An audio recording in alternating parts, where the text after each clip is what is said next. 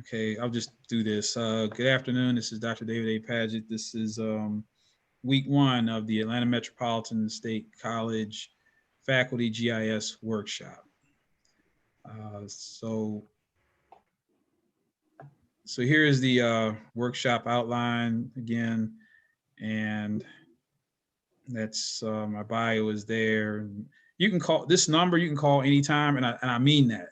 I mean that. Anytime, weekends. If you get stuck on anything, even if you're working on something at 1 o'clock in the morning, call me. I'm a night owl. I wrote my dissertation between midnight and 6 o'clock. That's when my brain works. It's midnight and 6 o'clock. Don't ask me to do anything at 7 o'clock in the morning. I was so happy when none of you all picked that 8 o'clock a.m. time slot. That's 7 a.m. for me. I'm a different person at 7 o'clock in the morning. So I'm, not like my grandmother used to be up at 5 a.m. vacuuming. I didn't get that DNA. I got the DNA, but not the 5 a.m. in the morning. But yeah, seriously, but anytime, because in this virtual environment where we're not face to face, we have to communicate. Don't feel bad. Like I said, just 11 o'clock at night. I don't have much going on around here. I have not been blessed with any children at all, so I'm pretty much available all the time. So just give me a call, and I will address you. And the students did take advantage of that. I mean, they really did take advantage of that, and that was, actually this iPhone I purchased with grant funds. So use it. This is the first smartphone I ever had, and that was fall of last year. So I'm a techie. You don't have a smartphone? No, this is my real phone. Yeah, this is it.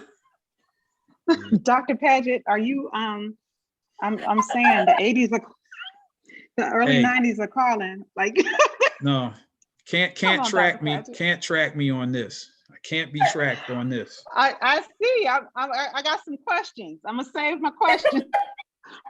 Yeah, so you still walking around with a flip phone? Hey, can't track me on the burner, No, but I just got a burner. Can't track. And my students ask, "Is that a pager? Is that a pager?" Like, no, this isn't a pager. All I want to do is talk and text, But the mapping, the mapping applications on these smartphones sold me. I mean, it's doing the mapping applications, and we might do some. That's the one good thing about these smartphones. I was anti, because oddly enough, some of the technology that's in Uber and Lyft, it's in these phones. I helped to develop that technology 30 years ago at Oak Ridge National Lab, and I didn't believe it. I thought, there's no way we're gonna put all this stuff on. That's Star Trek. That's the Jetsons. Jetsons, for maybe some of you all, it was a cartoon that came on a long time ago. You probably never heard of it. George Jetson. Some of us. His boy Roy, Trudy. We know the Jetsons. Yeah, so just in case. But anyway, so what was I talking? Yeah, so call the number. Don't or email, whatever, anytime you need help, because I know everybody works at different times on this stuff. The workshop homepage, we'll go there in a minute. And again, like I said, you can read all this, hopefully, the goal is not necessarily to master the technology. Even for the students and ourselves, the goal is to be able to think spatially. That's the main thing. Imagine whatever it is you're doing in map format. I mean, that's the key. Not the technology. Don't be intimidated by the technology. The main thing that we're responsible for is the content, because the students, some of these activities that we're going to start soon, they'll blow through the technical part like it's nothing, especially the ones that are traditional age. They will not, they have no hangups. It's the content. Okay, you did all this, but why did we do this? Huh? What? I mean, that's where we come in. Yeah, so And so this just will be Fridays, and I know, and we are recording this, so the recording will be available as soon as possible. Okay, so today, here's week one. And like I said, this will change because I'm trying to figure out what we're going to do. And so in the second week, we'll do some modules based upon your specific disciplinary interests. So I have to kind of cook those up over the next week. And then we will try to build some modules specific to your disciplinary interests. And then the last week, we'll just try to get into how to actually deliver these lessons and evaluation and so on and so forth. And like I said, the evaluation isn't much different than what you would normally do, because it's, like I said, the focus is upon the content, not the technology. Even though the technology is great. Okay, so speaking of the technology, we're going to jump into the course now. So if I'll put this link in the chat. I think you should be able to get into the course website pretty easily. Let's see, this Zoom. I'm going to put this link in the chat. Oh.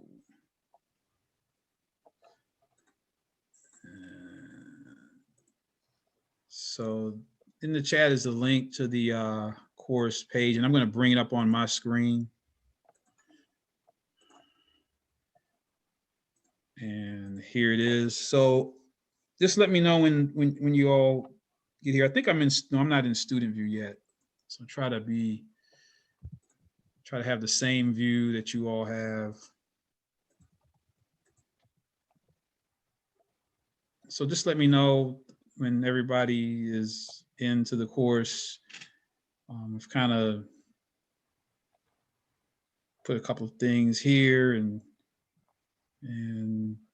this is just set up. I guess most of you all are familiar with D2L. We use the same system, thank goodness. So it was no problem getting into this. So I've put the workshop outline draft, which will change around, which is the same thing I just showed you.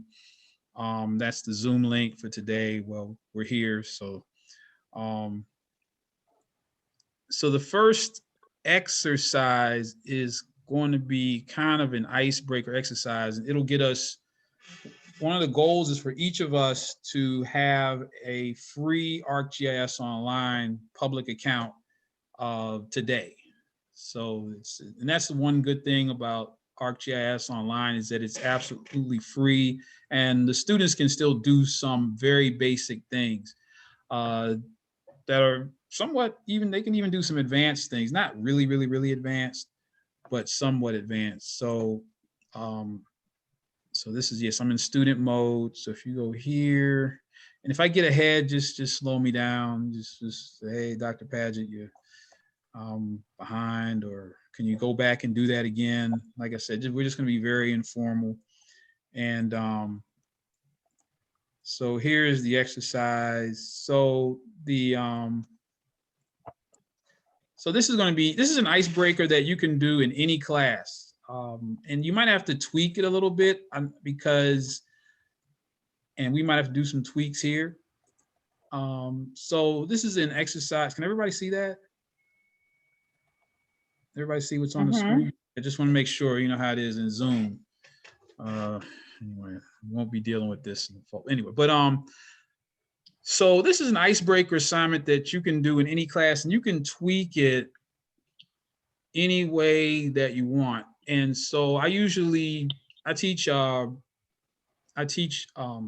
world regional geography, but in any of my courses, I'll do this, and it allows the students to meet each other. And even though there's only maybe about 8 or 9 of us, so we're all going to do this as it together.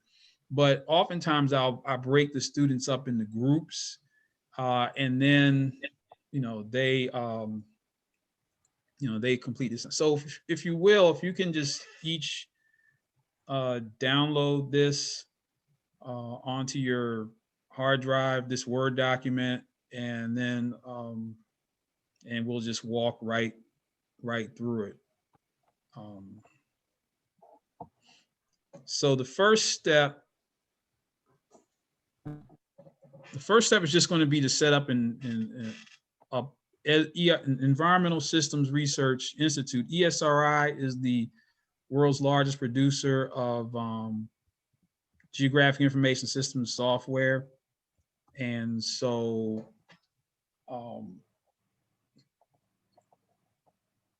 so if you go to this link, and you might have to copy and paste it into a new browser. And let's see, not there. So that's what I'm going to do here.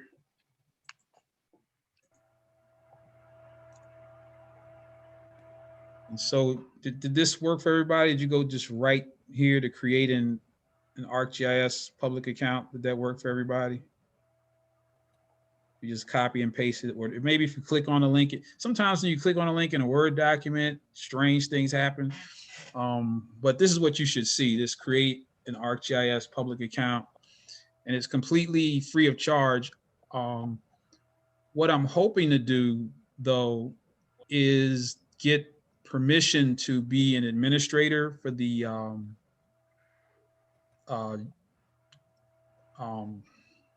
university account for Atlanta Metropolitan State College. In that way, the students will be able to get upgraded and have access to all of Esri's products beyond ArcGIS Online. So hopefully that'll work out, because it's I'm just kind of stalling while you all fill out this form.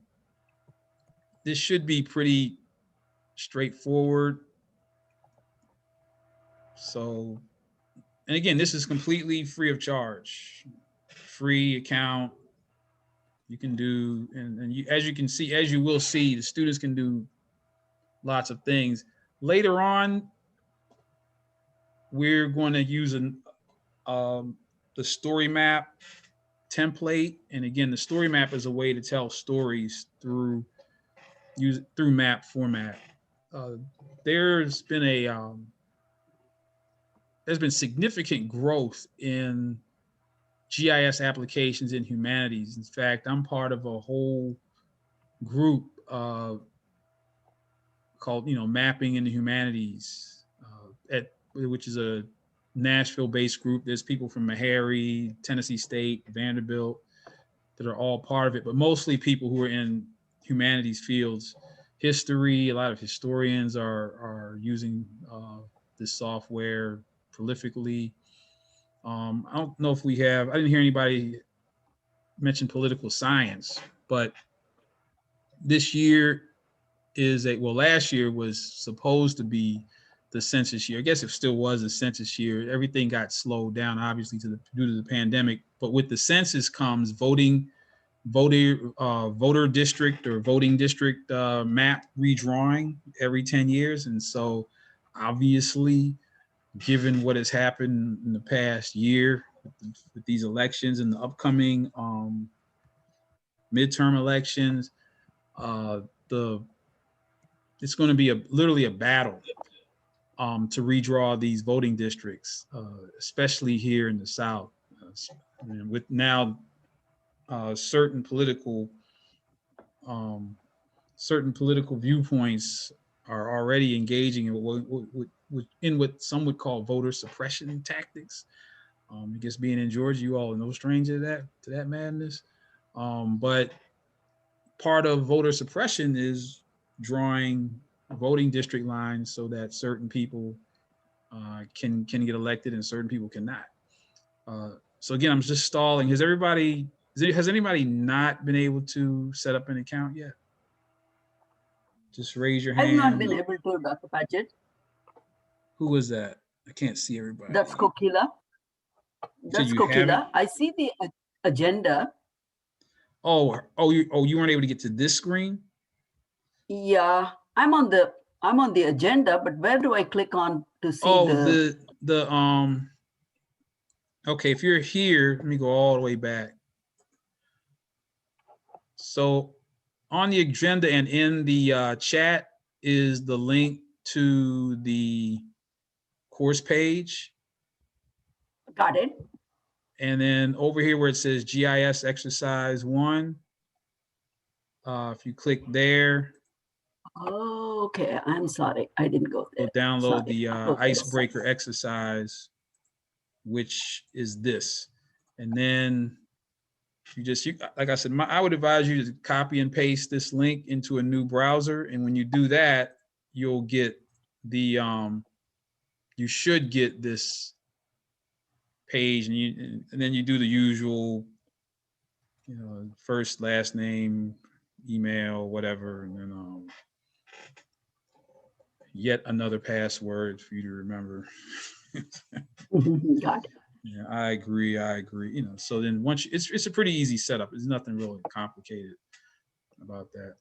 And then you'll have, and once you get your account set up, then you can, log in. Let's see, this is when I set up for somebody else. Got it. Okay.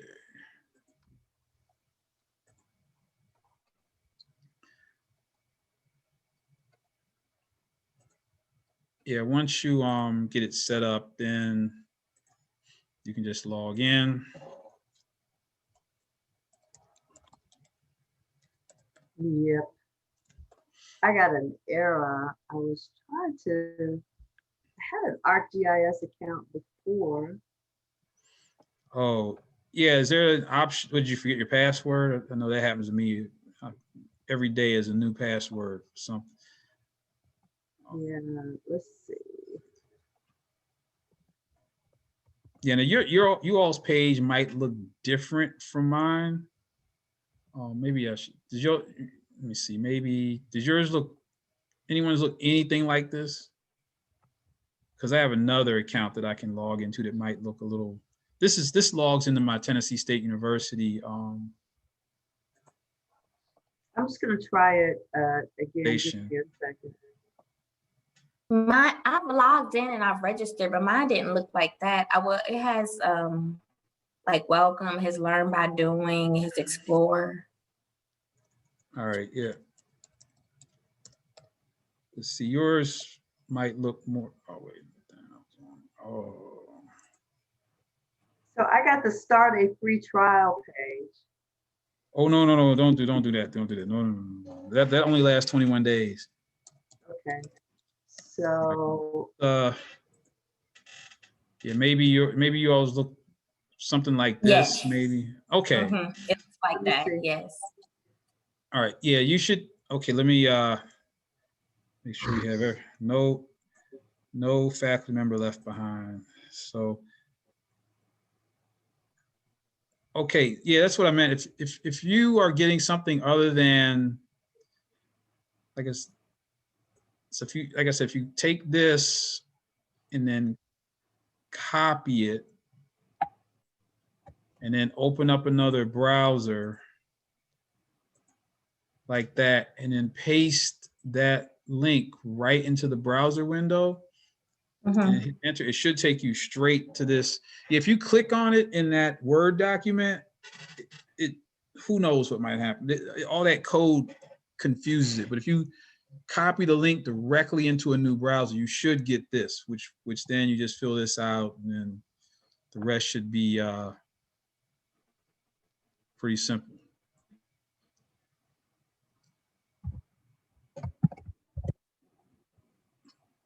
So how are we doing? You can keep going. I'm gonna catch up with you. I think I know how to do it. I just keep going. Yeah, then after you get into your account, you can log in and then you'll see this. How many people are able to get here? Just give me a thumbs up or. And I clicked the maps. That's yeah, where I am. Yeah, if you go to okay, yeah, if you go to map, then map. yeah, you'll go here and then you can start to do things, you can just Okay. and type in your, I don't know if.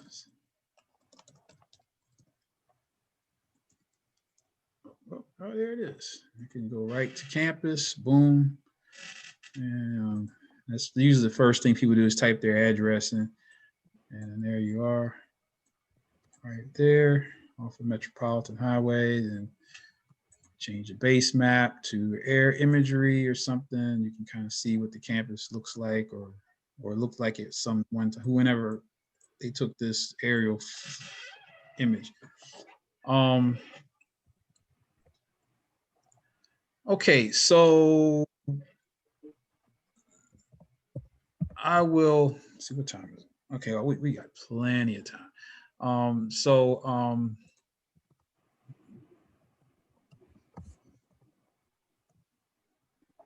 We can move forward. I can kind of multitask with getting people in the account, because we don't need the account right away. Just wanted to make sure that we got accounts. So we don't need that right away. But here are the instructions. Like I said, this can be tweaked for anybody's class. Okay, so the next thing we're going to do collectively, and like I said, since we do this collectively, it allows for students to get to know each other because they have to work together. You know how much students love group work. And I always tell them, you can't choose who you get to work with. Boy, do we wish we could make those decisions. You know, but you don't. And it's interesting how being in HBCU, I was surprised and shocked at how xenophobic our students are. I mean, or just in general, like with this whole, Asian hate thing. I'm like, what are Black people doing assaulting Asians? What's going on there?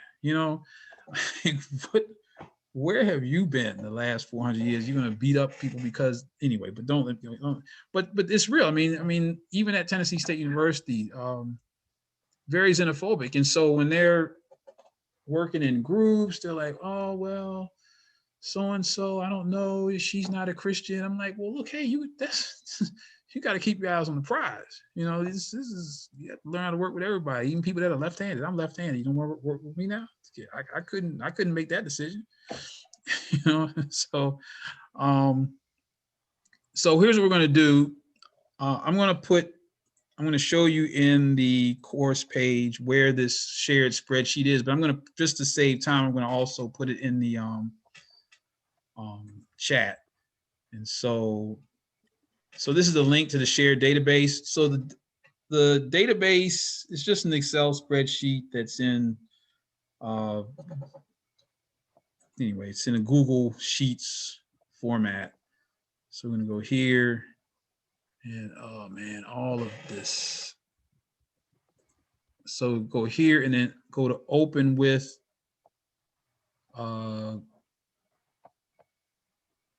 Google Sheets. But let me put the link in the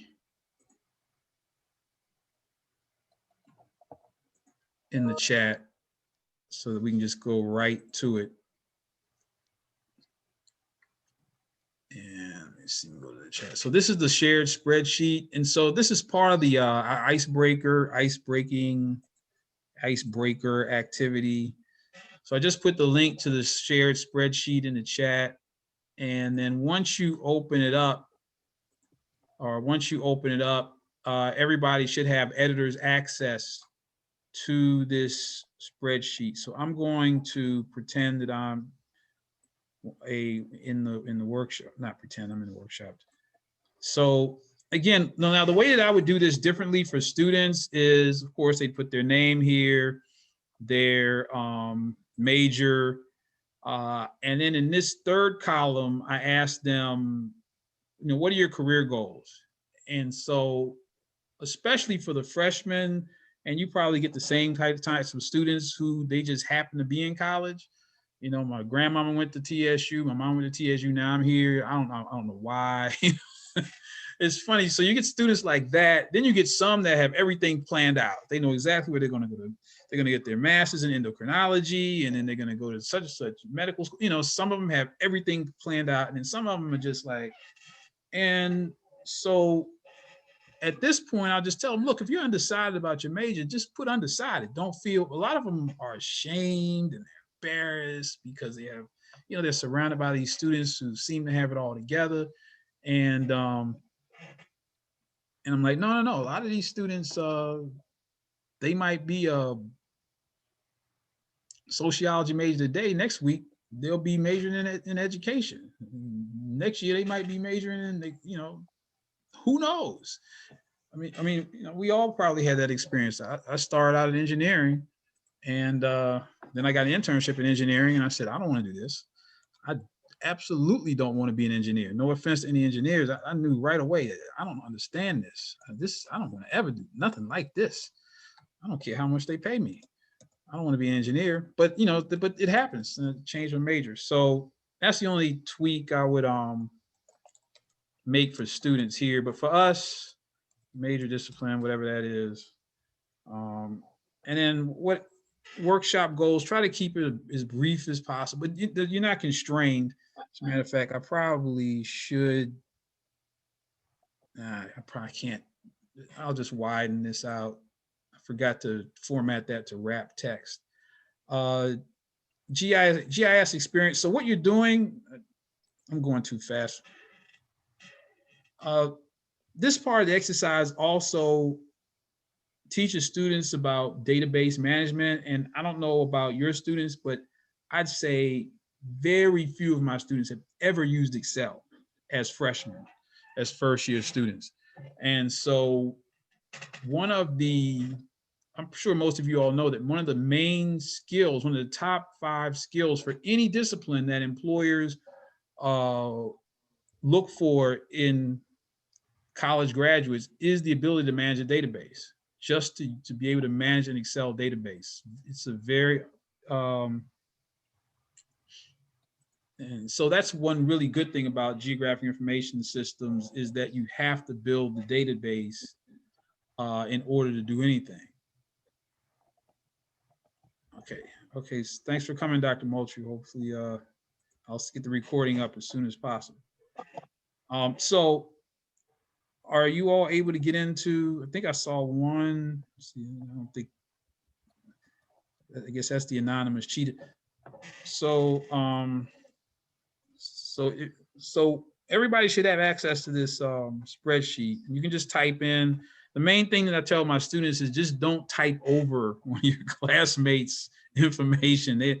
Now usually what I'll do is after a few people have had, have entered data, I'll save it, because sure enough, there's a student that'll go in, not maliciously, but they'll just go in and they will, okay, I see Dr. Young is in there. And let's see, my goal is,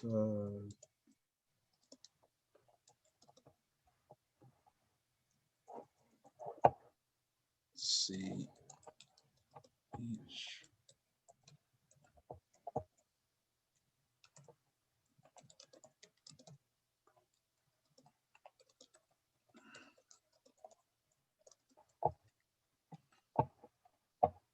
And a GIS experience, let's see, that is how many months of GIS experience do you have? If it's 0, just, I'm sure that this group has no issues with, with students, they never want to say, oh, whoops, see, months of GIS experience. What's 30 times 12?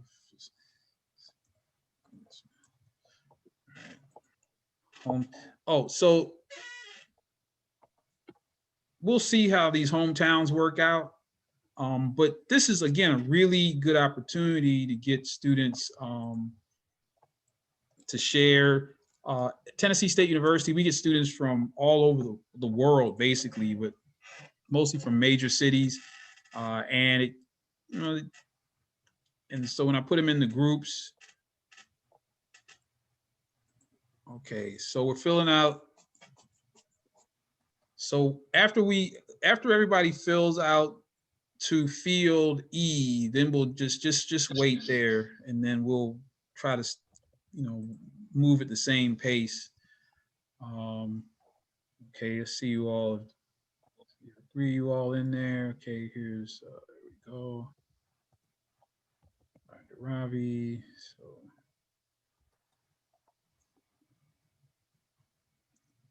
Cleveland, the land.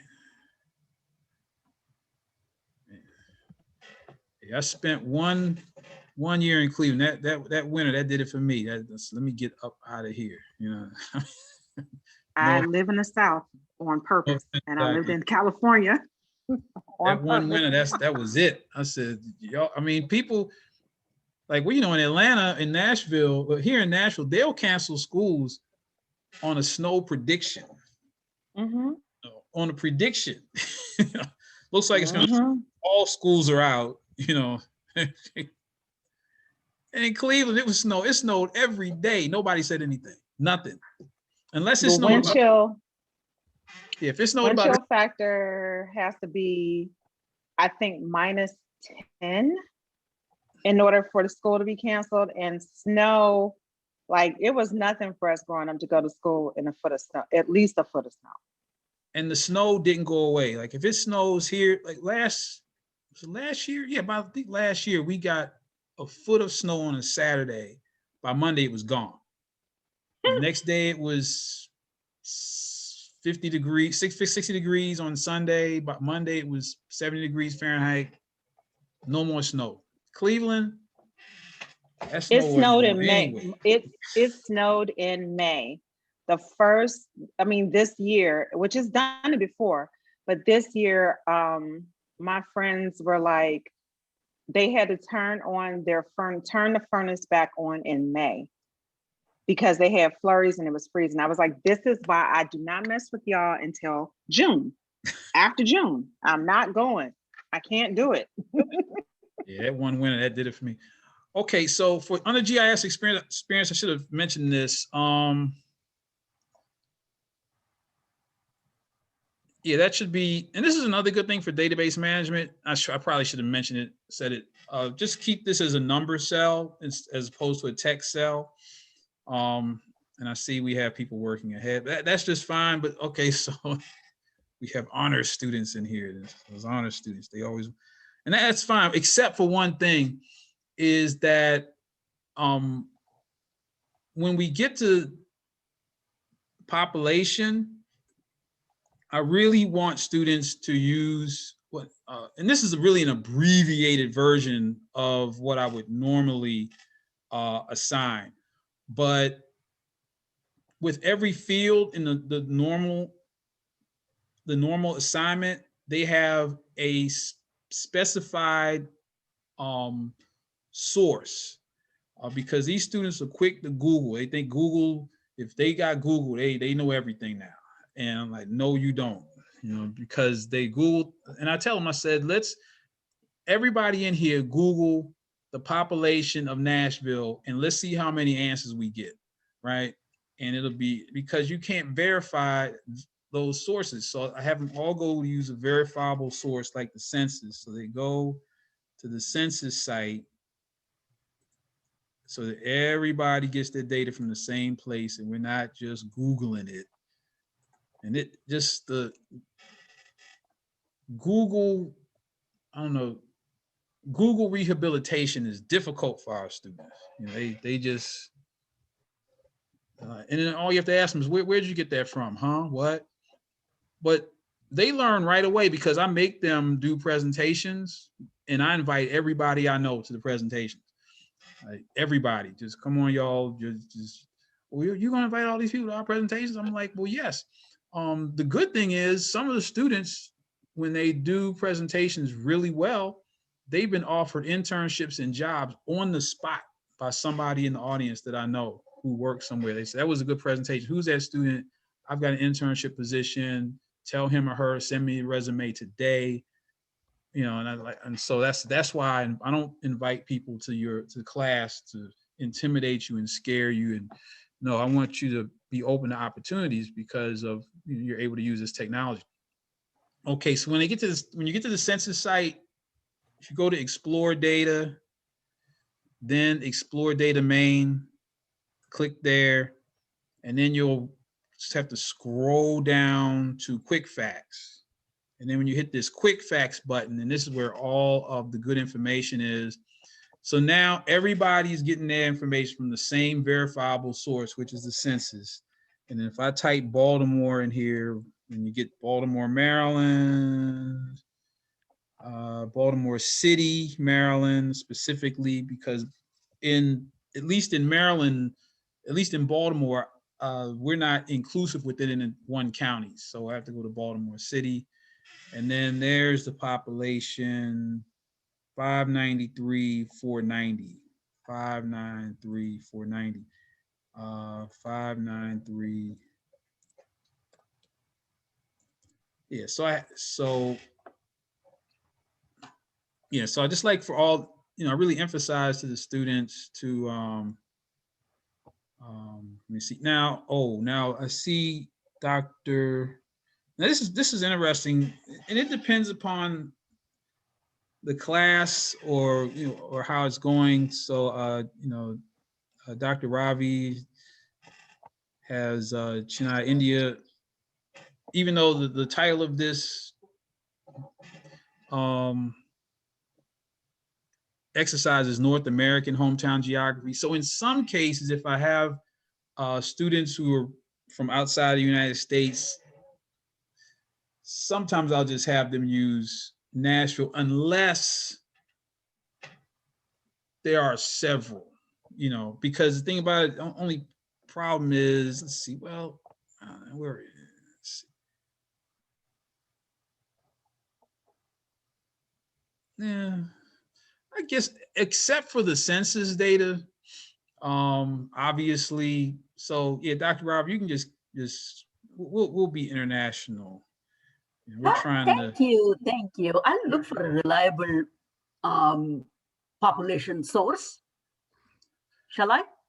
Oh, sure. Yeah. I mean, yeah. I think we have an Indian Statistical Institute that provides accurate data. Yeah, that's fine. So Yeah, but usually with in some cases, even, you know, if students are,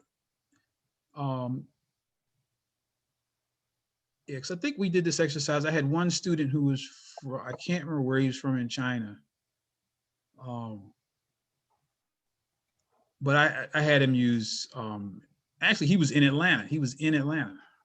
They were all virtual. But in his case, I just told him just use Atlanta, you know, because I wasn't feeling adventurous. But sometimes it just depends. If I have several students who are from outside the United States, then I'll just go ahead and go with it, because it makes for a much richer experience, obviously. So we got lucky. We have several. Okay, good. I was afraid we get all Atlanta. I don't know what's going to happen when you do this at Atlanta Metropolitan State College, but I don't know it.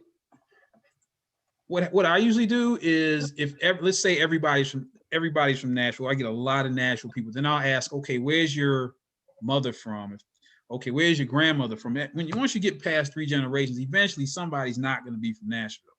In many cases, and sometimes if I get a lot of students from, we get a lot of students from Detroit, and if I have maybe 5 students who are from Detroit.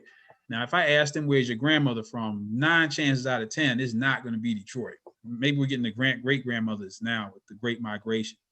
Or, you know, then they'll usually be from Mississippi, Alabama, somewhere. You know, where do you go during the summer? Where do your parents send you during the summer? You know, some of us from up north know about that. You're going down to see your cousins down there in Tennessee or Alabama for the summer. Okay, so we're almost...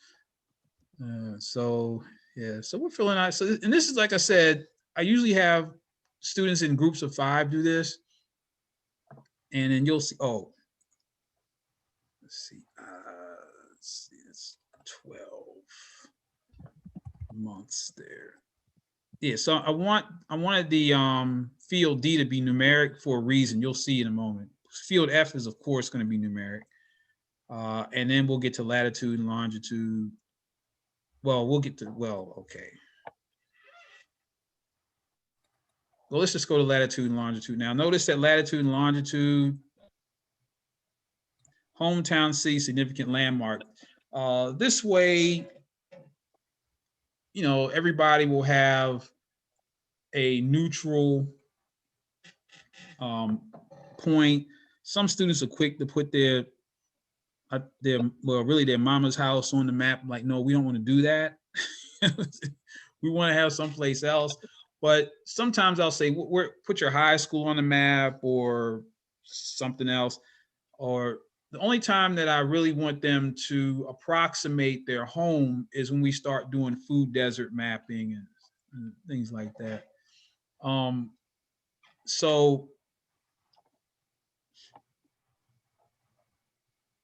So we'll use Google Maps because we want it. And so Google Maps is, let me see if I go here. If you have a here, or you can just Google Maps, and then you get into Google Maps here. And this is really easy. So I'm going to type Baltimore, Maryland. And here's Baltimore. And then I'll do this several times. So let's see what is, okay. Well, I usually, for whatever reason, Fort McHenry is a kind of central. I try to pick a landmark that's, well, that's not exactly central to the city, but it's close. So here's Fort McHenry National Monument. Okay, and then when you get, don't click right on the, see what happens when you click right on it. Don't do that. Get somewhere in the neighborhood of your landmark. It doesn't have to be exact. And then kind of just click and hold, like drop a pin. And if you notice, the latitude and longitude is given to you on the screen. It might take a few tries, but eventually you'll get the latitude and longitude. And the key is to do not round these numbers off. Each one of those numbers behind the decimal is a fraction of a degree, and the more parts of a whole degree of latitude or longitude you have, the higher accuracy you have. So 1 degree of latitude is about 69 miles. So if you count from the decimal, it's 1/10, 100th, 10,000th, 100,000th, millionth of 69 miles, which is about 4 inches. So it gets you down to about 4 inches of accuracy. But the main thing is, don't round the number off. Forget about all that techie stuff I just said. Just don't round them off, because if you round them off, your point's not going to wind up where you want it to be. Okay. So the longitude and latitude, Dr. Paget, is just for that landmark in the city, or are we doing the city's longitude and latitude? Yeah, just this, yeah, for the landmark. You get the latitude, yeah, anywhere in the city, it doesn't really matter, but I usually like to have people pick out a significant landmark, because when we create the map, if there's a mistake, like for example, when we create this map in a few minutes, if there's a mistake, we know there's a mistake, because that point isn't going to be at that landmark. It'll be who knows where, when students make mistakes. And like I said, it's not, making a mistake isn't a big problem. It happens, but we need to know we made it.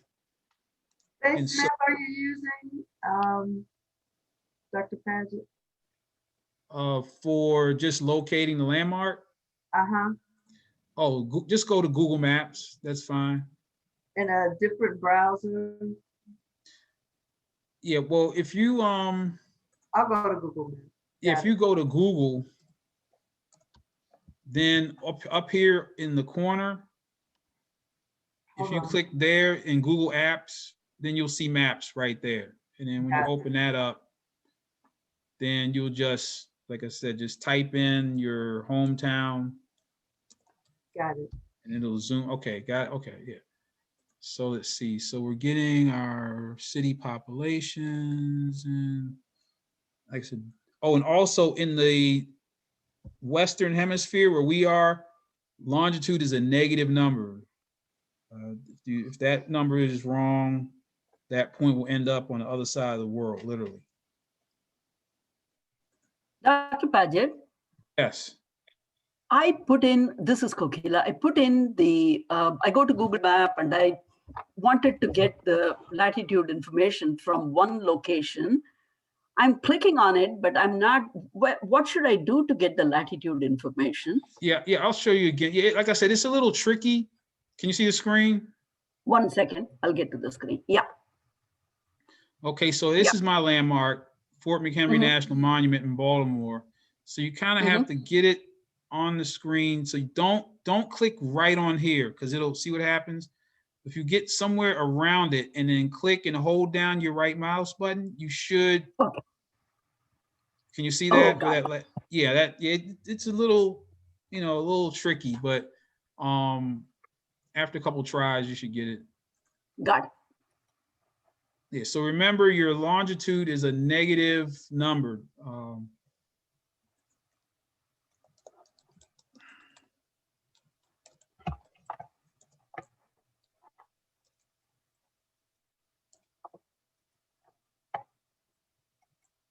Oh, so yeah. for those, okay, so for those of you who are working ahead, elevation, now that's one thing that you can Google, and that's like I tell my students, this is the one time you can Google in here, because it's so I'm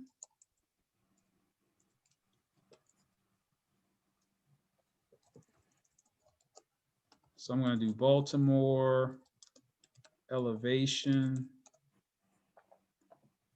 and so in this case it's average elevation, and so with Google, you're going to get everybody's city is going to get something different.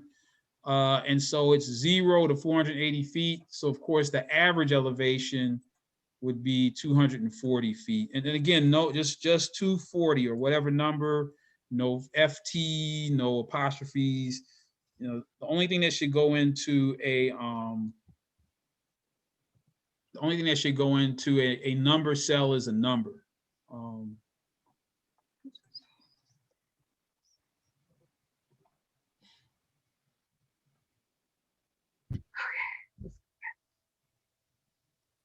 Okay, so Dr. Paget, I'm yes. sorry. This is Professor Butler. I'm sorry. How did you get the average elevation?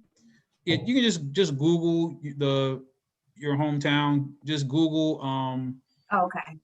like I typed in Baltimore average elevation.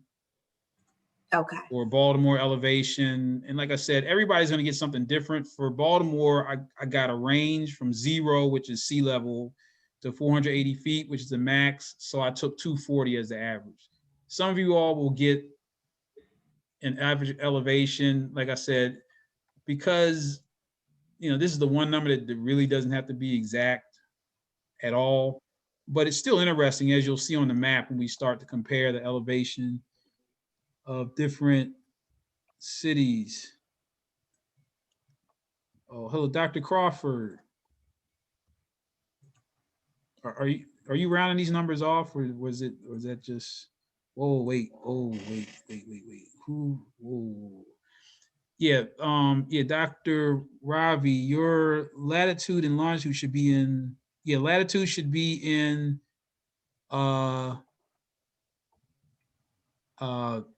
Field G, and then longitude should be in field H, not together. Got it. Got it. I think for yours, because that's in the Eastern Hemisphere, then that's going to be a positive 80.2511. So that should be fine. Dr. Paget, Wait, oh my goodness. Yeah, Dr. Robbie, what? Yeah, we want it. Well, this is what we call a teachable moment. So I think the longitude is the, the longitude is the second, the 80.25. Yeah, the only thing that should be in field G is the 13.05775 number. The longitude should be it by itself in field H. So I take out, so for G, is it okay, or should I take out 28511? Yeah, just move that 80.28511 to field H. Yeah, because what's in there now? Okay, I'm sorry. I think, is my G okay, or should I take out G? No, yeah, and see, in G you have the latitude and longitude in field G right now, but in Oh, got it. yeah, you should just only have that 13.05 Got it. and then move the 80 point. Okay, yeah, and then whatever is in there now that needs, yeah, and then just put the 80 point. Got it. Yeah, so if you notice that format, the degrees, minutes, no, that has to be in the same format as field G. It's see what you have now, that 80 degrees, 16. Remember that won't work. So you need to have whatever that 80 point, that number should be in there. Okay. 80 point. Whatever you had 16. Yeah, because the degrees, minutes, and seconds, notice has all those it has letters in there and symbols that won't work. It looks like we're getting somewhere now. Okay, Georgia State Capitol. Okay, oh, that's yeah. Let me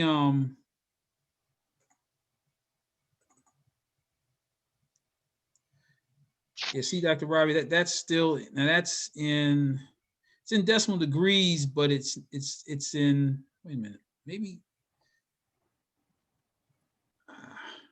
yeah, the format that it was in the first time was correct. Whether the spreadsheet is I'm gonna take this out and then try it again.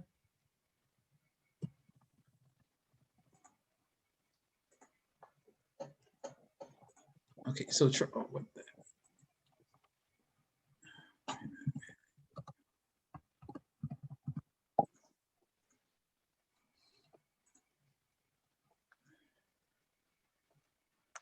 and then for elevation, Google again. yeah, so let's see everybody's doing okay. Now for major surface, major surface water body, notice that, I'll come back to you, Dr. Ravi, just Sure. yeah, so notice for average elevation, excuse me, for major surface body water within 100 miles, we'll use ArcGIS Online for field K and field L. So if you're there, if you're at field, this is when we get back into the software. Okay, so if you, let me see, let me get, don't want this. And we don't want that. If you can, let's see.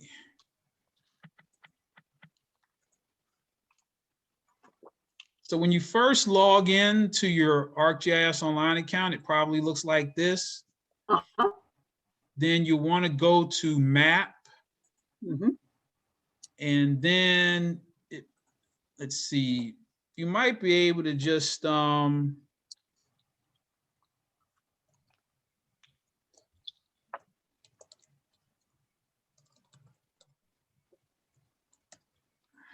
yeah, so you can go, I can go right to Fort McHenry in Maryland. And then, so if you find your landmark in ArcGIS Online and then zoom out a bit, and then just let me know. And I'll try to go back and deal with while everybody's trying to find their landmark in ArcGIS Online. I'll try to get Dr. Ravi's. Okay, so here's where, so if we're in ArcGIS, the first thing it asks you for is a base map, right? So what base map in ArcGIS are we using? I mean, you can use any base map you want, whatever's easiest. So probably if you're trying to find a body of water within 100 miles. Now, for some of you, some of us, probably for everybody in here, it's going to be pretty easy. And when we say body of water, that's major body of water. So there's a National Geographic base map. And if you zoom in or zoom out, then some of the major water features should be labeled. But if they're not, you can switch to topographic. But most of us are pretty much, you know, in the cities that we have here. Yeah, obviously, yeah, for Cleveland, it's gonna be Lake Erie. Louisville, I guess that'll probably be the Ohio River. Baltimore, Chesapeake Bay.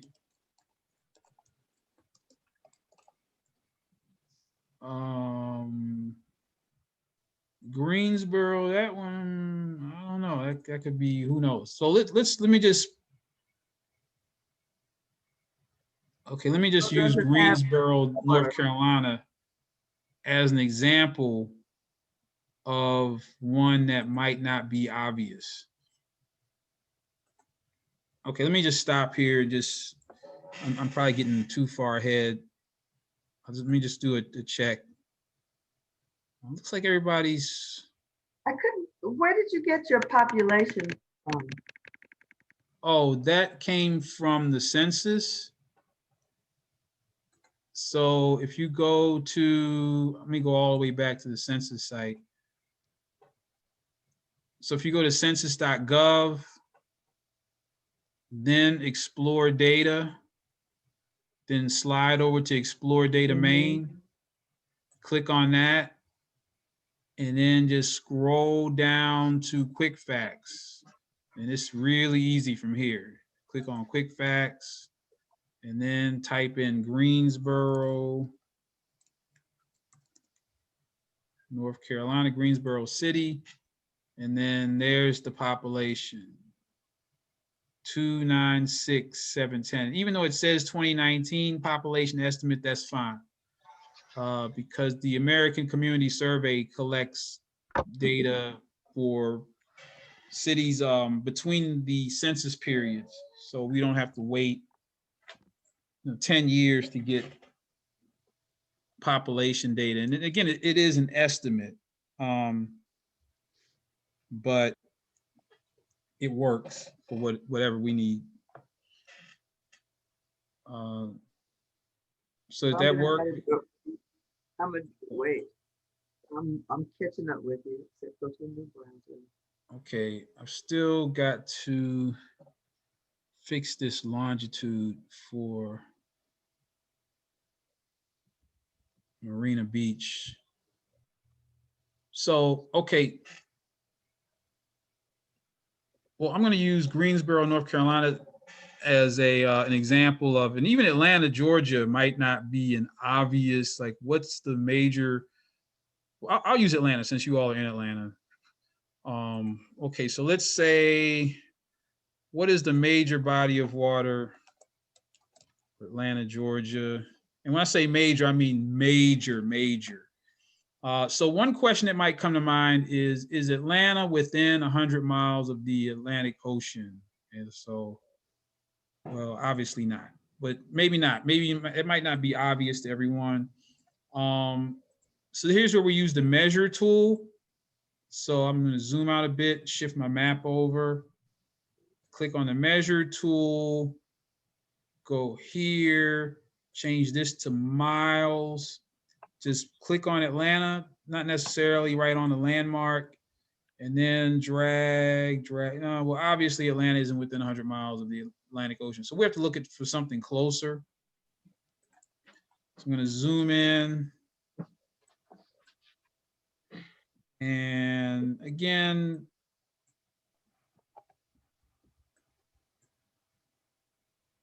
probably the most significant body of water, and it can be a river, lake, stream, would be the Chattahoochee River.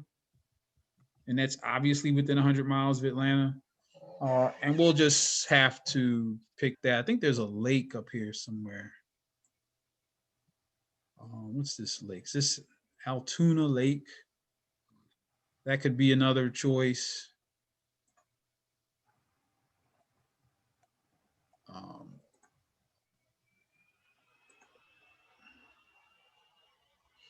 Chattahoochee River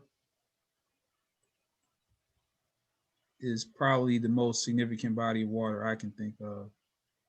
Then there's, so, you know, what you wouldn't want is a pond or something, like whatever this is. You know, you don't want that. Or, you know, it should be a major body of water. I think the Chattahoochee River is where you all get your drinking water from, for the most part. Yes. There's Altoona Lake. Where is it? This can't be. It's Lake Windward. That's not that big. Anyway, so for Atlanta, that would be a major body of water. So if you get students, I mean, but if there was a question, well, let's go to Greensboro. Let's see. That's another one where it's not obvious. Okay, so Greensboro, North Carolina. Let's see, it's green. Clearly, it might be close. I don't know. Like I said, the easiest one would be the Atlantic Ocean. But let's see. Nope. So we'll have to find something else. Nothing's jumping right out at me. Change base map to topographic, maybe. Okay, here's Lake Townsend. That looks pretty large. Lake Brant, either one. They're obviously, are they within 100 miles of Greensboro? Yeah, really close. I don't know what lake this is over here.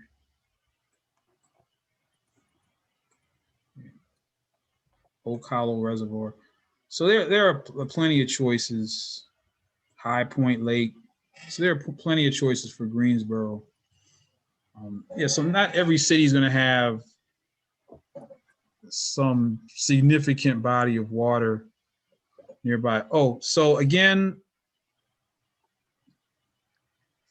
So I just want to make sure I'm following you with this. In ArcGIS, to find the significant body of water, you for Greensboro. Yeah, but the qualifier is within 100 miles, and again, so in some cases, miles. Yeah, so that it's just the way to get the students to use some of the tools. In this case, the measure tool. So that's what I'm trying to figure out, how you use the measure tool. Oh, so okay, I'll show you again. So let's say I'm going to go back to ArcGIS. So good, we're on Greensboro. And so let's say we have Lake Townsend. And the question is Lake Townsend within 100 miles of Greensboro? So looking at the map, most people just looking at the map, and if you're not, let's say you're not from Greensboro, if you're from there, you're like, of course this isn't 100 miles. But if not, I don't know. So you go to the measure tool, click once. Well, wait, let me slide this over first, because the measure tool drops down. And so notice right now the square miles is selected. So you want to go to distance. Well, right now it's already in miles, but sometimes you might have to change it to miles. Then once this is dropped down, you just click once on Greensboro, just anywhere in Greensboro, and then just drag. Take your finger off of the left mouse button and then drag, and then you can see the miles showing up in the drop down box. And it's about 8 miles to Lake Townsend, obviously within 100 miles. And then you would put the name of the major body of water in the spreadsheet. So you use the tool in terms of distance. And there's a way, sometimes I tweak this and put, I don't know, because some cities are right on major bodies of water. That's why I don't normally use the distance there, because the distance would be 0, 0, 0. So I'd rather have the students find a major body of water that is within 100 miles. Okay, so notice here, Dr. Ravi, so for your, I'm just gonna fix this. So notice that we don't wanna have any characters in the number cell, and you'll see why in a minute. So I'm just gonna change that to 33, and we're gonna assume feet here, since we are in the United States and we're the last country in the world still using the imperial system of measure.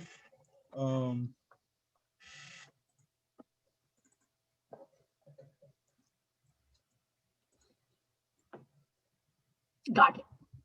Got it. Dr. Paget, Yes. I put Bay of Bengal purely from just knowledge. So I will follow, take it out, and then I will follow the method you showed just now and measure the interest body of water. Okay, let's try within that 100 one. miles.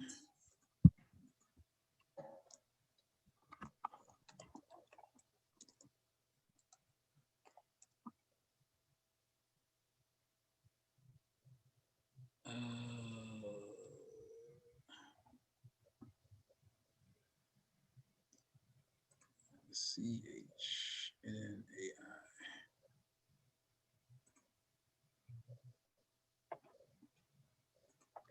So let's try this again. Oh yeah, if that's, yeah, Dr. Ravi, it's pretty obvious that, yeah, it's Bay of Bengal. I mean, it's no question that that's the major body of water. So so in some cases you don't even need to use a measure tool, but for the next one, the measure tool will definitely come in handy, because like I said, most people pretty much know their major body of water that's within 100 miles. But what about mountain range? So I'm just going to demonstrate using Baltimore. Again, let's see. We're going to try to get as much of this done as possible, but we do want to get a map done. Well, no, we will get a map done before the time's up, for sure. So, and then I'll just demonstrate some things. Okay, so here's Baltimore. The question is, what's the mountain range, closest mountain range within 100 miles of Baltimore? So I'm gonna have to zoom out. So notice that, now there are a couple of options. Here's the topography base map, which is a good choice. So here's the South Mountain, Blue Ridge Mountains. Be careful about Googling places that have mountain. There's a neighborhood in Baltimore called Mount Washington. There's no mountain there.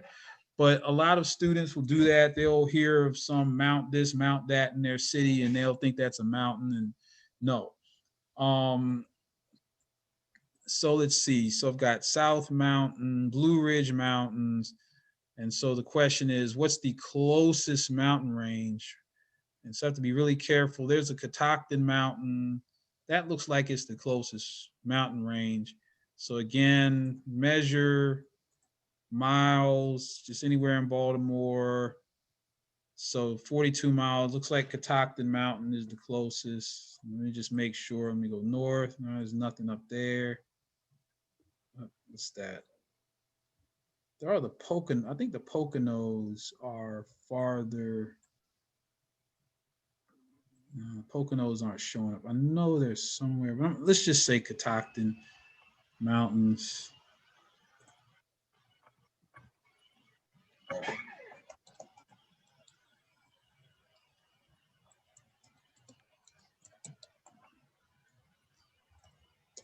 And then the natural hazard can just be from your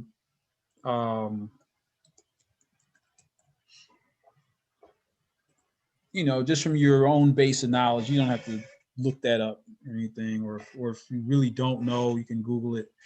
So let's work for another 5 minutes to try to get the spreadsheet as complete as possible. And I'll try to get the whoops. I will try to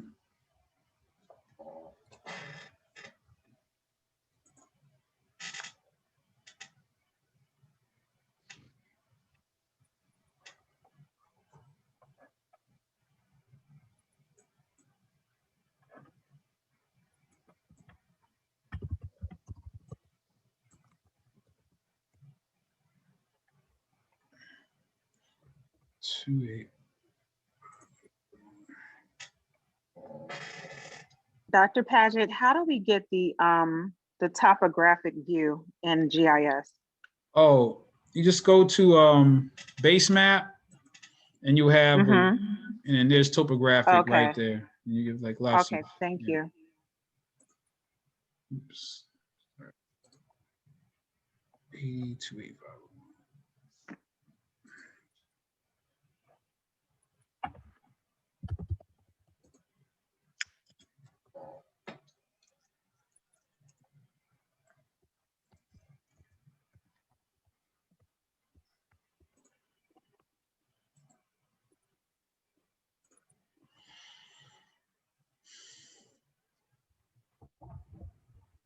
Yeah, so we'll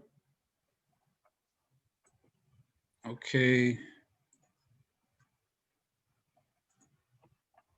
So let's see. So I'm gonna fill in this population for Greensboro real quick. Oh no, she got it. I You got got it. it. Okay. I got the lake. Okay. Justify everything. You want mountain range, okay. Yeah. Let's see if I could do that. Let's Yikes. see.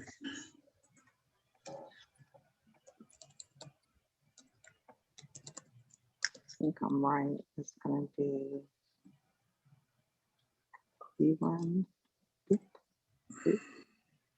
Ooh, a little bit. 892. Gotta be mountain ranges.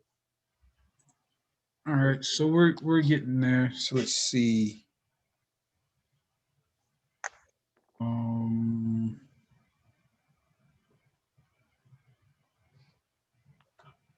Yes, I think where everybody seems to be moving along with the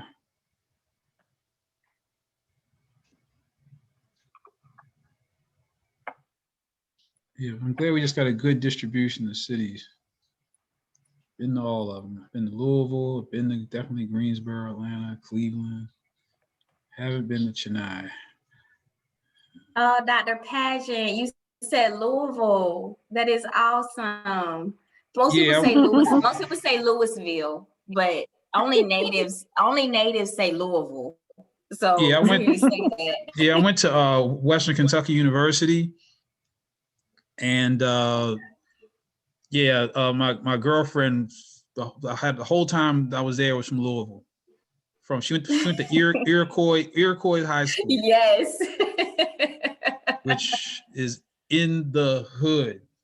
Uh-huh. That's right. Yeah, Iroquois, man. It was funny. She man, I have so many funny stories about her. We kind of lost touch after I graduated, and you know, we didn't have I graduated in the 80s, so we didn't have Google or anything. So once I was a year ahead of her, so I graduated and was like, you know, see you. And after being together for all 4 years of college, but yeah, but she looked me up, like she Googled me, or maybe something like maybe 10 years ago. And it's crazy because her daughter's at Meharry now. Oh. Yeah, her daughter's at Meharry now, and she ended up marrying a guy from Baltimore, which was crazy.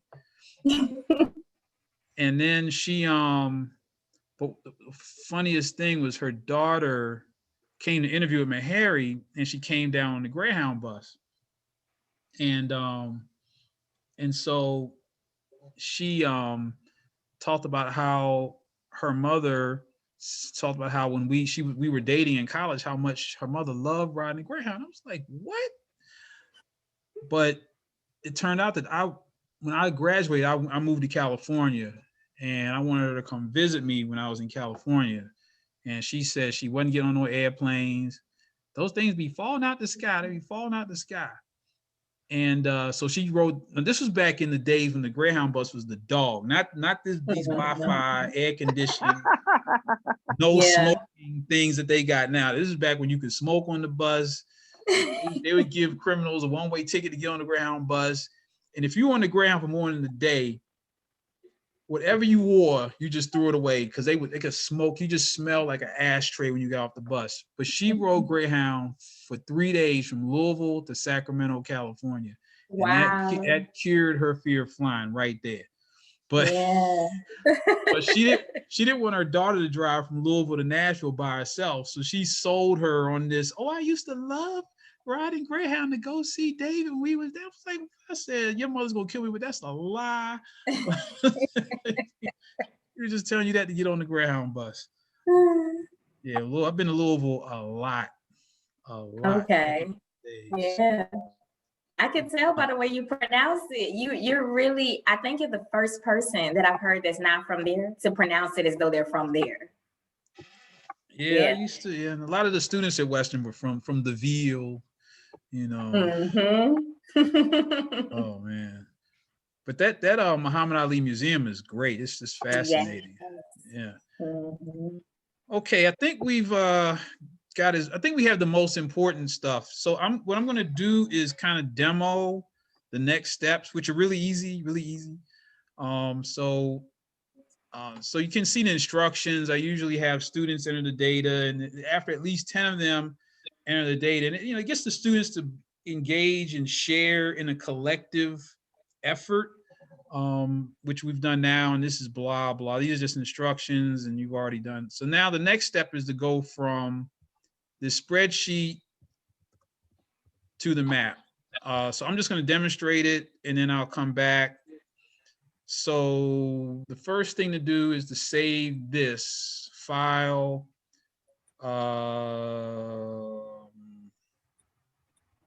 Let's see, file. Okay, what is going on here? Download, file, download, Microsoft Excel. So I'm going to put that on my hard drive in Excel format. Don't worry about, I'm just going to demonstrate this first, just so that, and then if you want to do it yourselves. So you can just download the spreadsheet just as it is.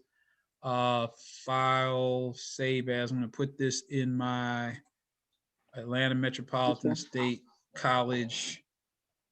And I usually tell the students, just put your name on the spreadsheet or your city or whatever. I'm just going to call this Baltimore.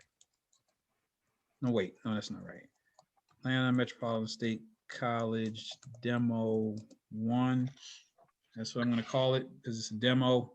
First, I'm going to save it in Excel format, but the format that ArcGIS Online reads is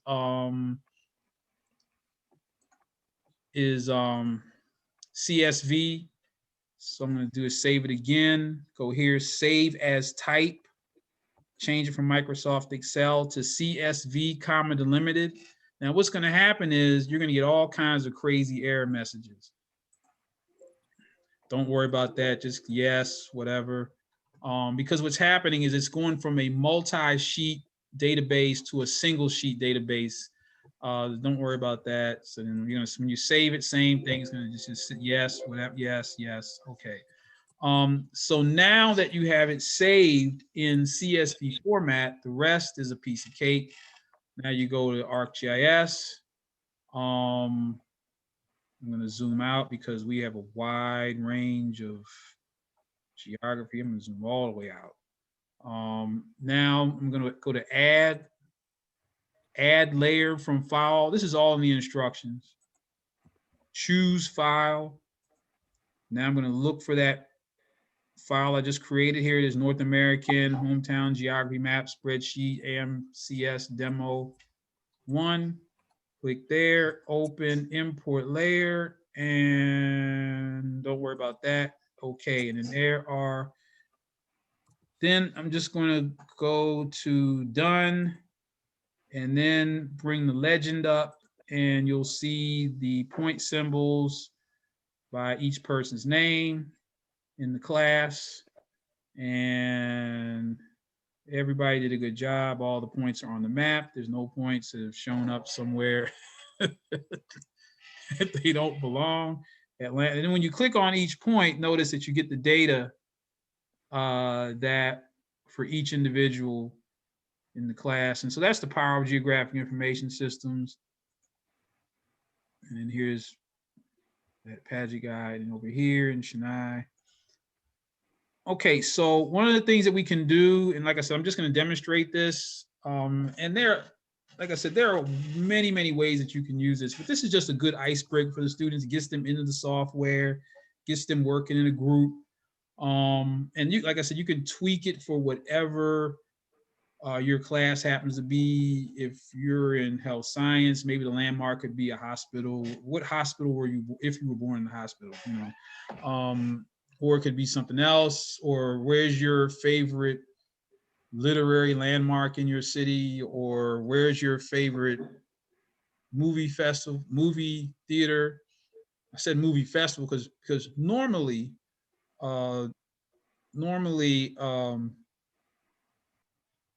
Young, this time of year I'd be at the American Black Film Festival in Miami, normally around this time.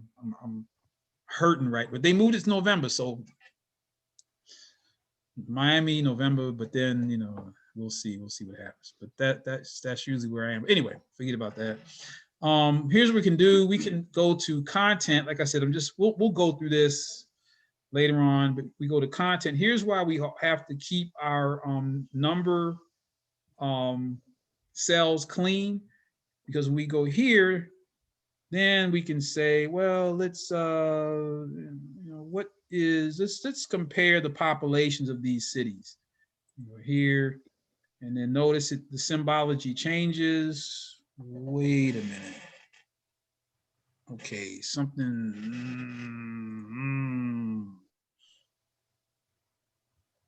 that should not be that way. It looks okay in the database.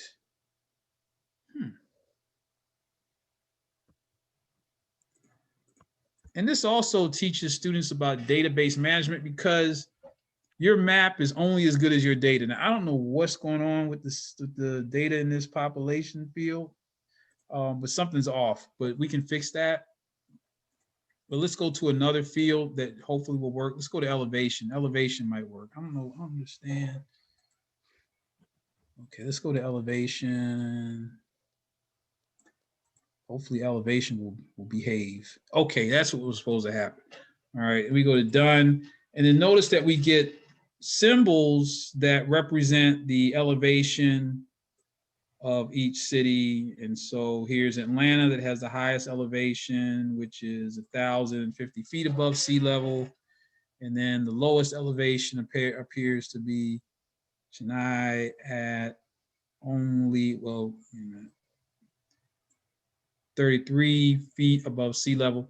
And let's look at something else. What are the GIS experience? Hopefully that, okay, in months.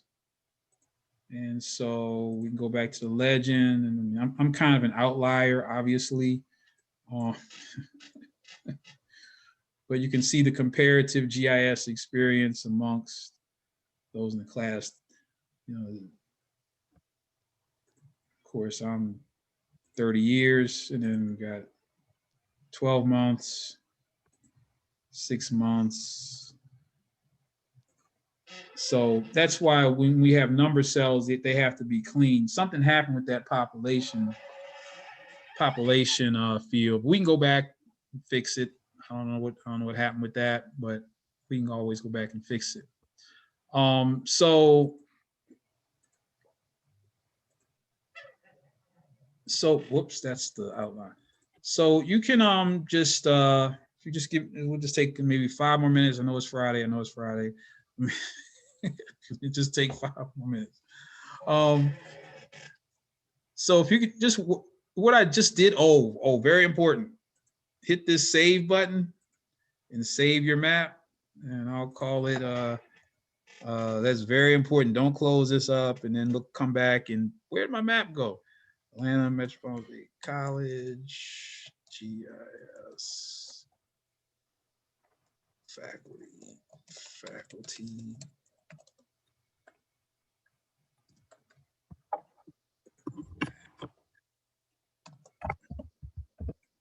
And I'm gonna save it. And then if you want to share your map, everyone, now there's the link. I'll put this link in the chat. Now you won't be able to manipulate, well, you can manipulate this map. Copy, I'm gonna click the done button, and I'm gonna put the link to this map in the chat. Just as the, just so that you can see the example of the map.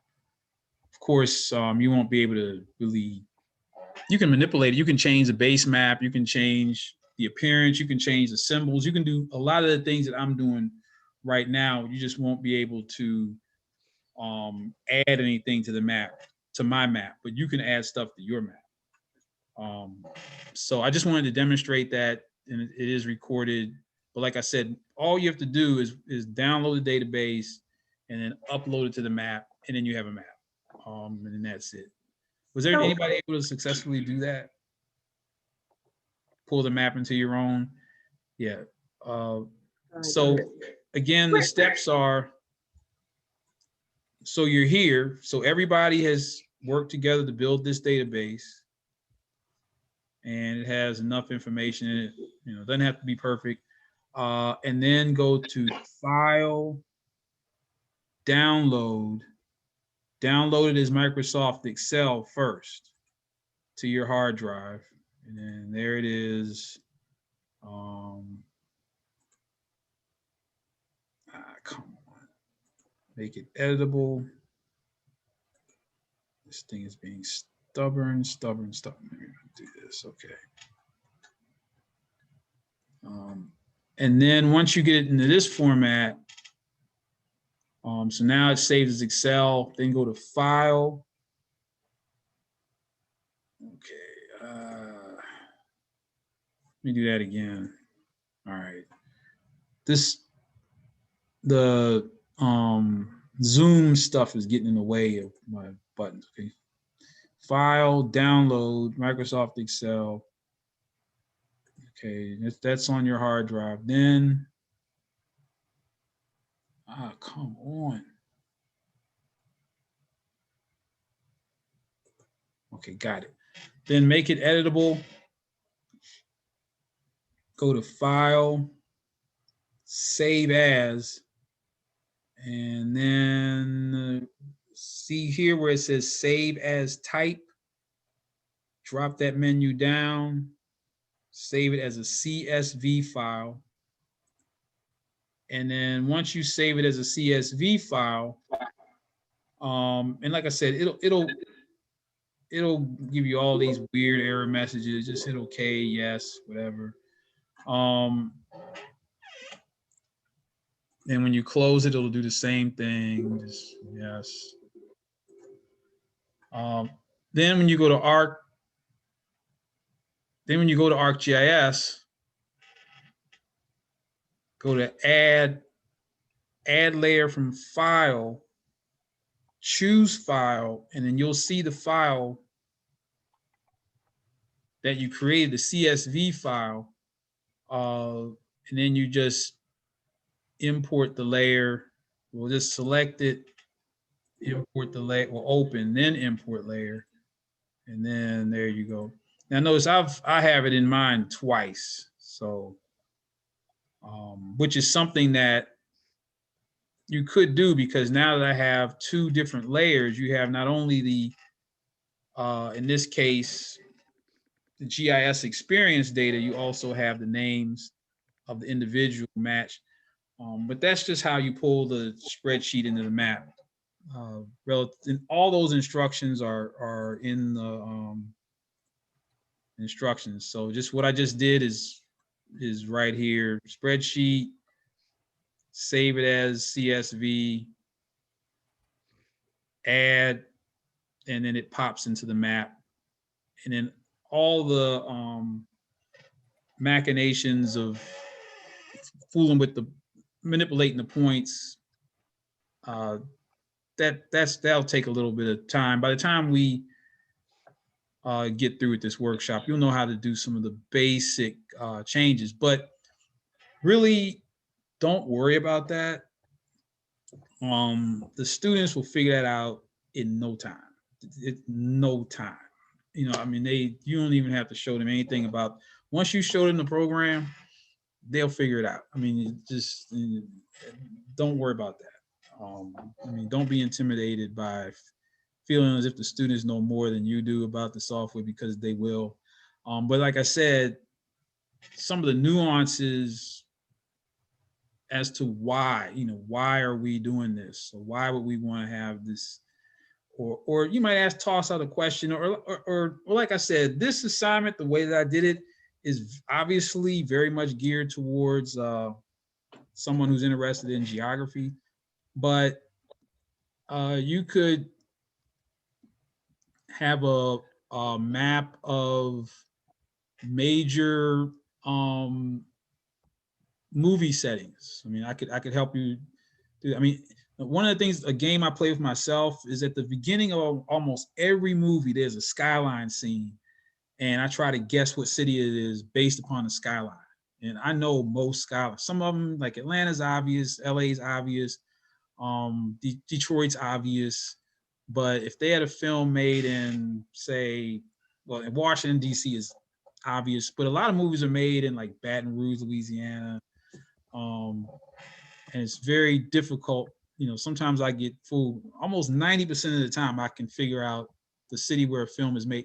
But you could maybe perhaps have the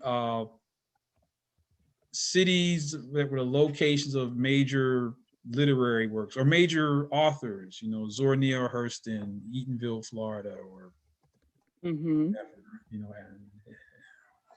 August Wilson, Pittsburgh, Pennsylvania. I think he's from Pittsburgh. Yeah, a lot of films are shot in Pittsburgh, but I can pick Pittsburgh, Cleveland.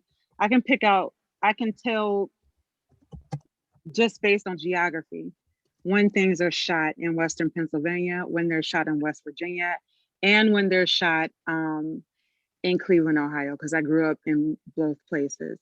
So that would be a good experiment for them.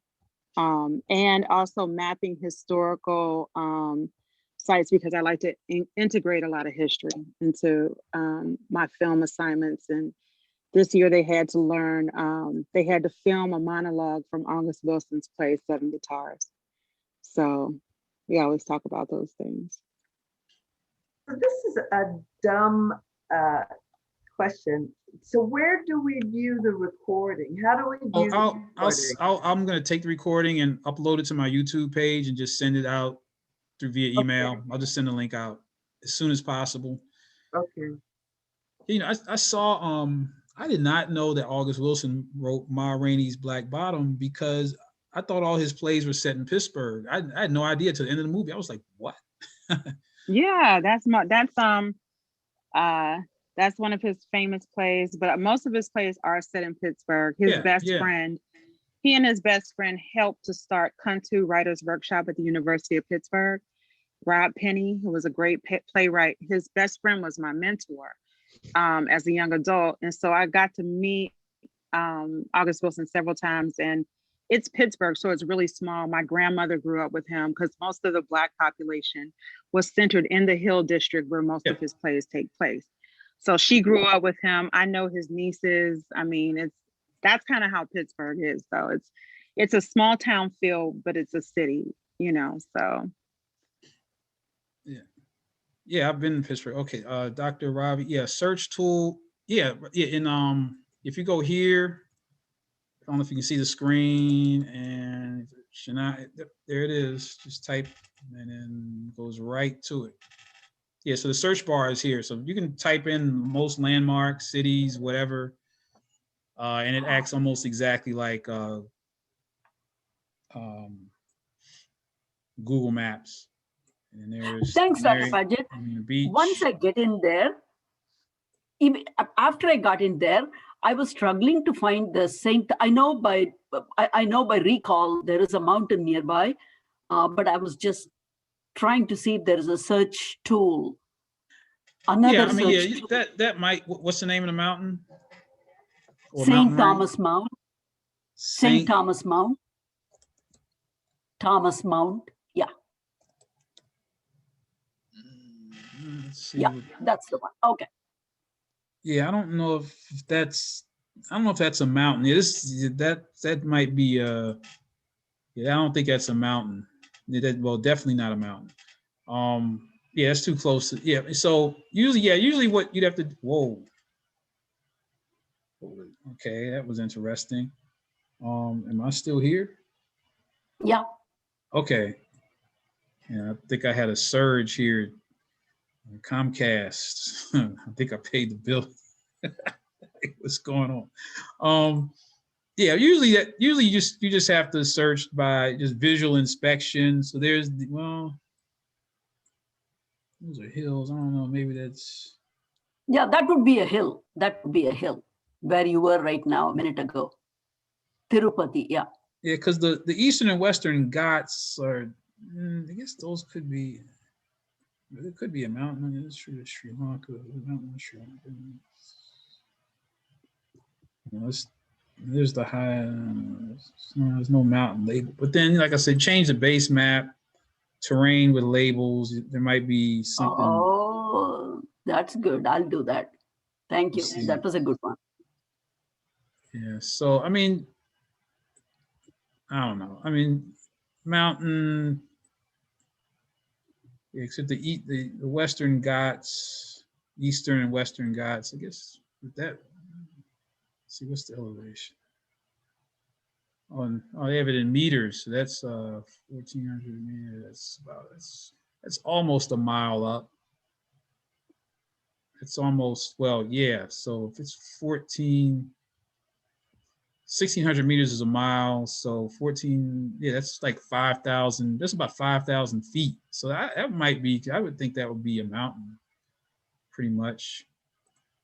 Yeah. Okay. Pretty mountainous. But anyway, like I said, we can try to tweak things for your individual interests. So for homework, you can continue to try to, like I said, I'm around if you need help, just ask. I don't have anything else. Thank goodness summer school's over. I'm just kind of doing research. Normally it would be research and travel, but of course, no travel. But I'm going to Africa Town to do some drone mapping. Just take some aerial photographs of Africa Town at the end of the month. And so that'll be some travel, summer travel. The second part of the homework, if, like I said, just give it a shot. This is a good homework exercise that also can be tweaked. But all it is simply, I think this is taken from the Amir 1000 course where they had to focus upon critical issues. And so but again, this exercise can be tweaked any way you want it. So in this case, the exercise is based upon any kind of landmark. So again, doesn't have to be controversial, public landmarks, but this, we were working on this was it last year? It was last year, I can't remember years. 2020 just kind of, but yeah, this was during a time when there was all the discussion around removing the Confederate landmarks and or what could be considered controversial. And I did this I think we had a pretty interesting discussion because I think one person had Washington, D.C., and they picked out the Black Lives Matter Plaza. And yeah, that might be controversial to some people, especially those people that visited our nation's capital on January 6th. So just try to work through it. I mean, I You think the mean the instructions, tourists, Dr. Paget? excuse me? You mean the tourists that visited Oh, yeah, our those capital tourists. January 6th? Those tourists, they might have, they went, yeah. So if you just kind of work through the instructions and, just work through it. And as you work through it, you might think, well, how would I use this in my class? What, instead of a landmark, it could be, like I said, it could be a literary landmark or a certificate or significant, let's see if I'm trying to think. I don't know. I'm trying to think of something related to health science, but I know that one of the projects that my students worked on also throughout the year was making maps of relative, well, not just last year, last fall in the Amir class, one of the assignments was to make maps of relative vulnerability to COVID-19 amongst urban populations. And so the students had to rank the cities, and actually my students presented their work and I recorded it, and I might share that with you later on, just so that you can see the outcomes of what some of the students did or are capable of doing. But I had a really, really, really good class. I don't know where these students came from. I mean, they were amazing. Like, these are the same students that built the story map for Africatown. That was just one of their assignments. That was their class assignment, but they also had to do individual papers on using GIS to determine the relative vulnerability of urban populations to COVID-19. And, they were great students. I tried to let them leave early. I said, look, you all did such a good job. You don't have to do your presentations. And they said, no, Dr. Paget, we're doing our presentations. So I said, wait a minute. I tried to let y'all go early. Y'all not leave. Y'all not going to leave. It was amazing. It was amazing. And so I can share that recording with you at some point. But any of these assignments can be tweaked. But just work through it. Put yourself in the place of students. Like I said, if you get stuck, just let me know.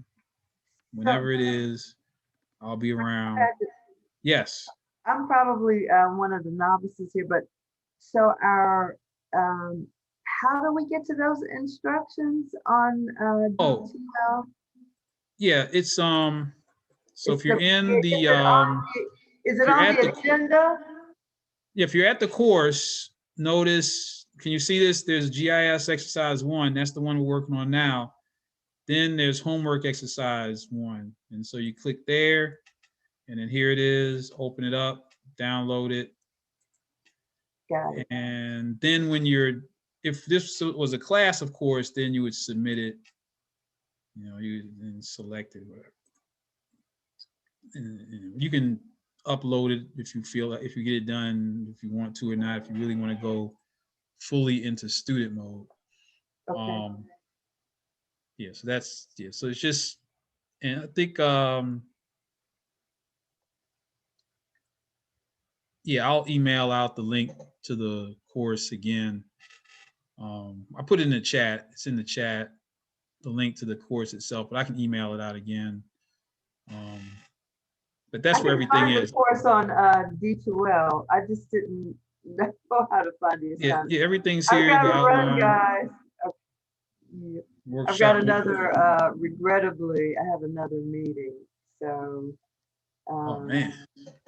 I just want to make sure that I understood how to do our homework. Yeah, like I said, if you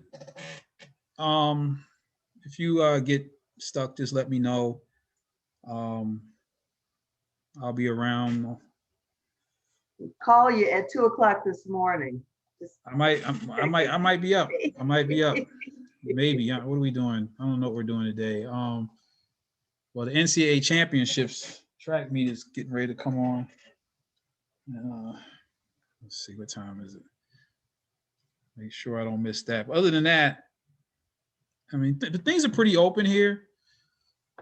Things in Atlanta have been open. I was down there in January, and I thought, oh, I'm gonna just walk right into Papados. This is pandemic. Oh no, 2-hour wait. I was like, wait a minute, what's going on? I'm gonna wait 2 hours to get my oysters at Papados in Atlanta.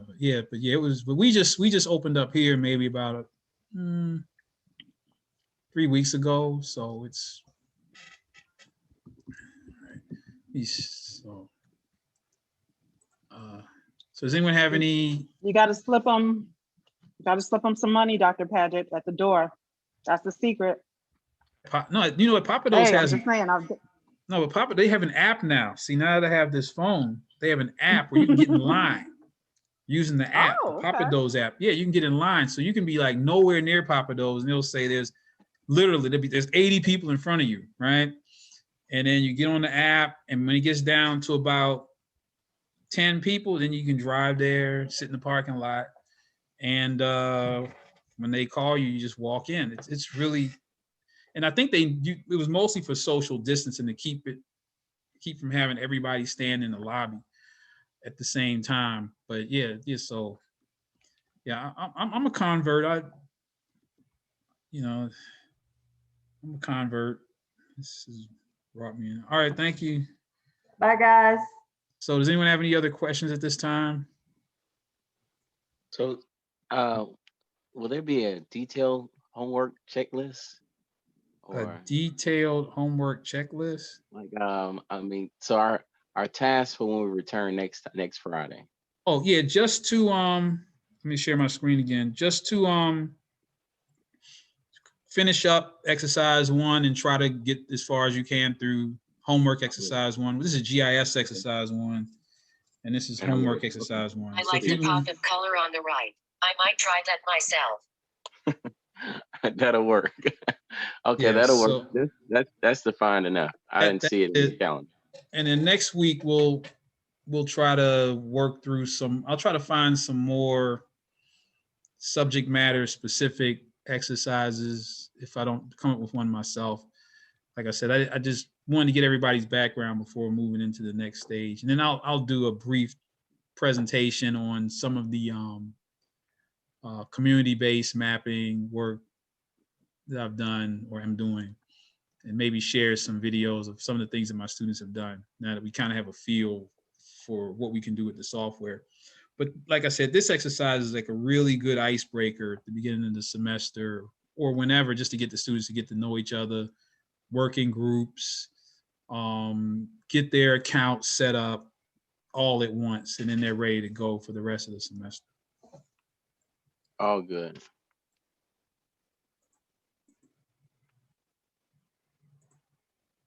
So does anyone have any other questions?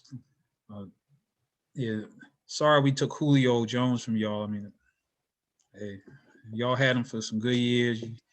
You had your chances against the Patriots, but y'all, you know what happened in that game. But we got Julio. So if you want to come see Julio, just let me know if you sorry about that. It's all good. Y'all gonna run the ball anyway. Hilarious. I can't wait to see how he does though. I'm interested to see how he does. Yeah, he'll be. Yeah, we were trying to get it. We were trying to get Aaron Rodgers. There were rumors. I don't know, but it's cutthroat. They might bring him down here because that's how they did. What was his name? Tim Tebow was the man in Denver until they got Peyton. Mm-hmm. Thanks, Tim. See ya. It's cutthroat. So I know. We got Tannehill. Tannehill, he's gotten us to the playoffs. So I got us to the AFC Championship game. But they get Aaron Rodgers. Thank you for your service, Tannehill. I think Rodgers is going to stay in Green Bay. I think he's